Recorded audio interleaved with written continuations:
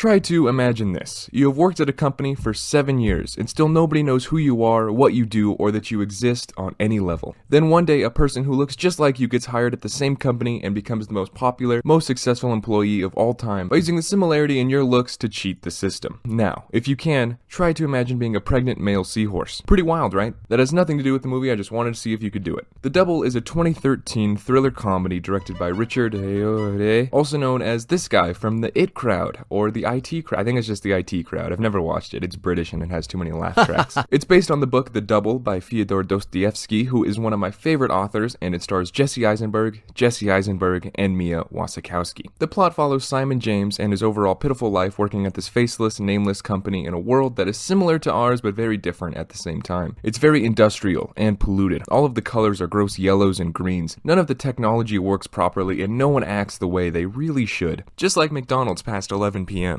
Teen here being pulled through the, you see, wow. At work, a new guy gets introduced, a man named James Simon, who looks identical to Simon James and who immediately becomes more popular in every aspect of life. This leads the two to partner up in order to use their similarities and their faces to both of their advantages. However, James begins to outsmart Simon in order to take over all the good parts of his life, such as his apartment and his love interest, while Simon is stuck with the worst part of both of their lives. This creates a large rift between the two, and Simon decides to take action that will affect both of them forever. I don't really want to spoil how this film ends yet. It has one of my favorite endings where you don't really know what's going on until you get to a certain point, and it's great, but we're going to talk about that at the end of this video, so stay tuned. The world that this film builds is the reason that I am so impressed with it. When you take a step back, you realize that this is an absurd plot for a movie, with an equally absurd setting that both work perfectly together. Not to mention, it's a story that should seem really hard to shoot, being that the two main characters are played by the same actor. That's why I think the direction of this film should be really highlighted as something special. Let's look a little closer as to why this film works the way it does, what gives it that special sauce that is so needed to be successful, and what subtle details all culminate into making this a finished project and one of my favorite watches of 2022.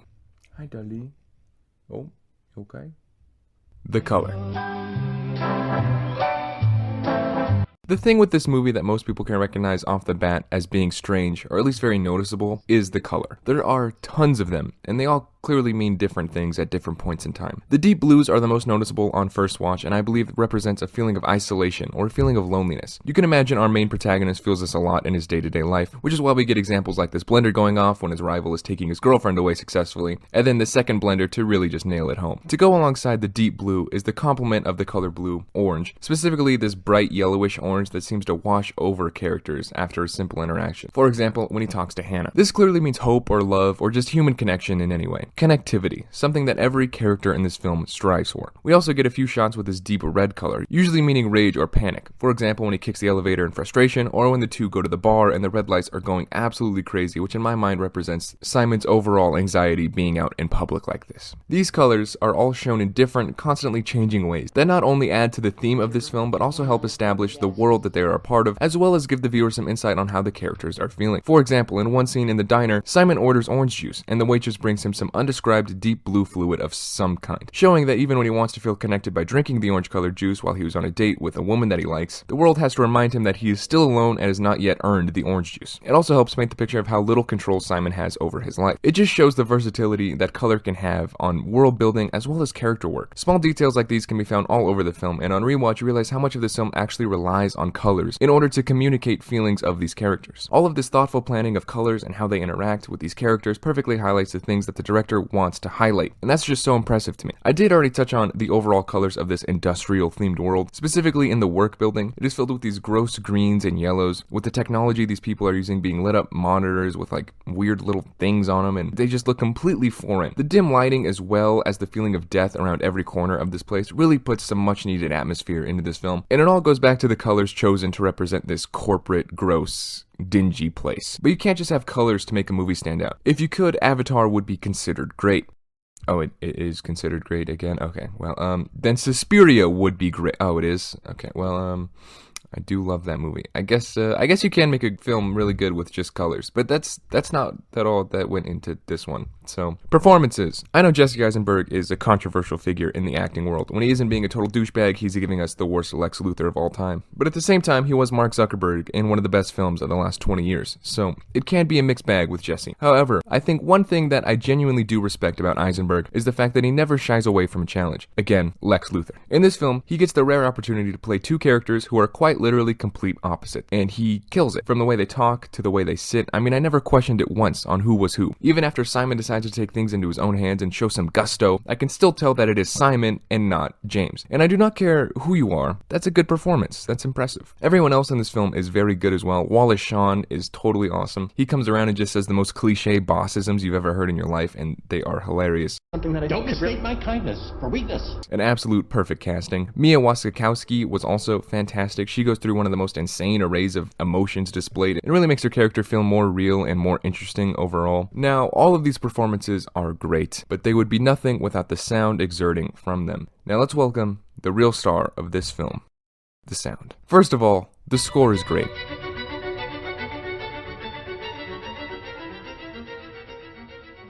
It's absolutely wild at times, very industrial at other times, some insane noises. Sometimes it's just as simple as a low humming vibration behind a scene and you don't even notice it. And at other points, it's just absolutely going off the rails. I genuinely think this is one of the best scores I've ever heard, and this film uses it in such a way that just gives me goosebumps every time. I can gush about it for years, but please, just listen.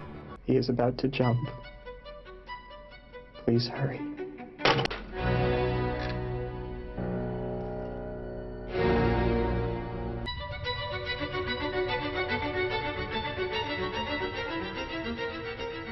It also kind of sounds like Gravity Falls, and so that is cool. Now look how they use it in the scene of pure tension when he decides to finally confront James in public. That shit is wild, and it is so effective. I love the way that they use it.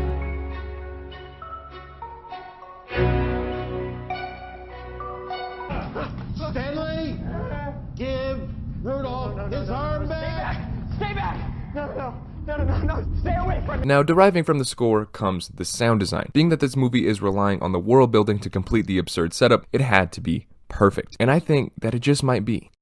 Mind holding this for me? Thank you.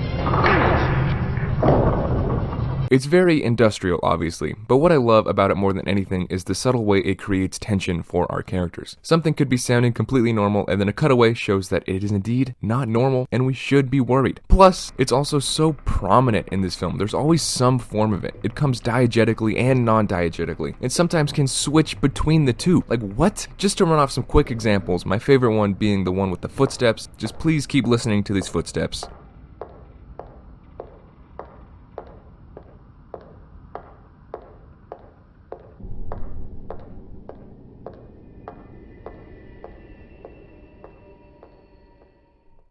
Isn't that wild? Another one is the copier and just the noise that it makes. It's so, like, industrial. I keep saying the word industrial, but it sounds so just, like, industrial and, like, of a different time. And just...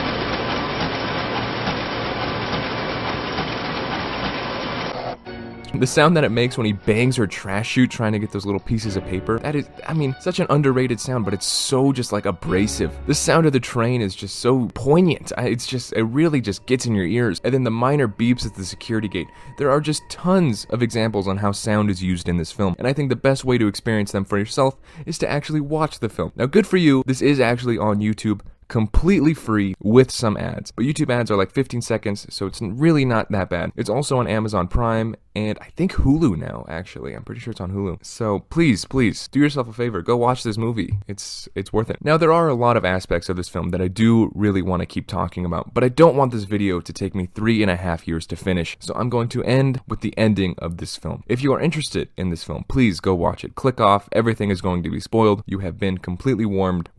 You have been completely warned. The ending is fantastic, and it keeps you on the edge of your seat the whole time. Please go watch it. It's worth it. But for all who are not interested or have already seen it, let's look at how this film adds all of these aspects of the film together to use them to create one of the most heart-pounding, tension-filled scenes you will ever see on film. This film ends with a radical character development mixed with some of the most well-done foreshadowing and callbacks you could imagine. Basically, it's revealed 2 times before that whatever damage that Simon takes, the same damage is afflicted onto James, showing that the two are are connected in a deeper way than just the outward physical appearance. Simon uses this to his advantage while James is asleep in Simon's bed by using James's own sex handcuffs to handcuff him to Simon's bed. He then goes to the building across the way where James lives, which goes back to the beginning of this film, as it starts out with Simon looking out of his window staring at Hannah, only to see a man wave at him and jump to his death. With that in mind, we suddenly get a clue to what he's doing. We still don't know for sure though, and just listen to that score.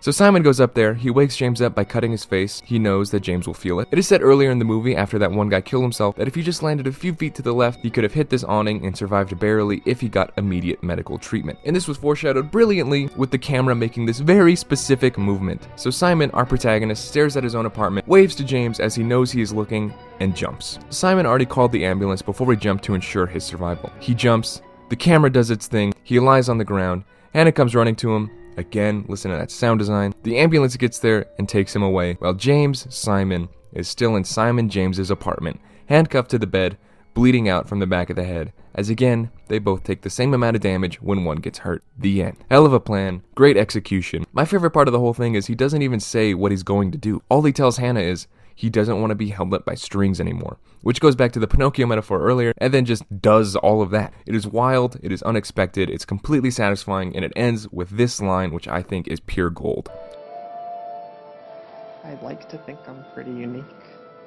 I could really keep digging deeper into this film. There are tons of layers here, some stuff about communism, depression, mental illness, and the like, plus hundreds of smaller details laid out in this film. I think this movie is deserving of multiple watches, and I'm genuinely kind of shocked that no one talks about this anymore. Please go watch it, please pay attention to it. There are so many things to appreciate about this film, and as for me, I'll see you next time.